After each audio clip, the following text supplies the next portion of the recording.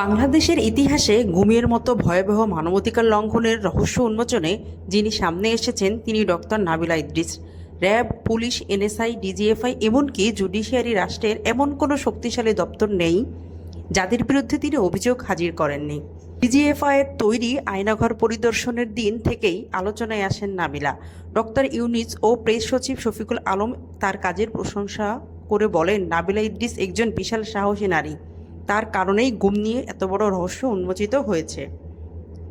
নাবিলা তুলে ধরেছেন ভয়াবহ নির্যাতনের বর্ণনা, এক ছাত্রের শরীরে স্থায়ী ক্ষত, 2 নারী অফিসারের কান্না, তাহাজ্জুদের সময় বন্দির তেলাওয়াত শুনে প্রহরীর কান্না। এসব মানবিক মুহূর্ত তাদের কাঁপিয়ে দেয়।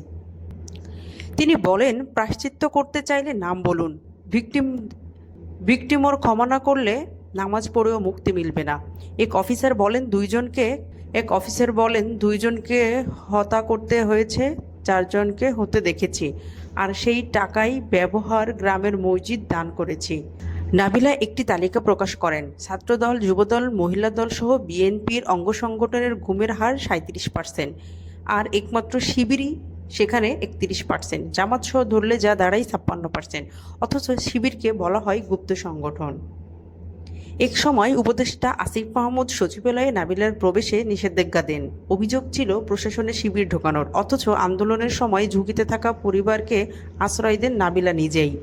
আর একদফা ঘোষণার সময় আসিফের পেছনে দাঁড়িয়েছিলেন সেই রাফি সালমান রিফাত।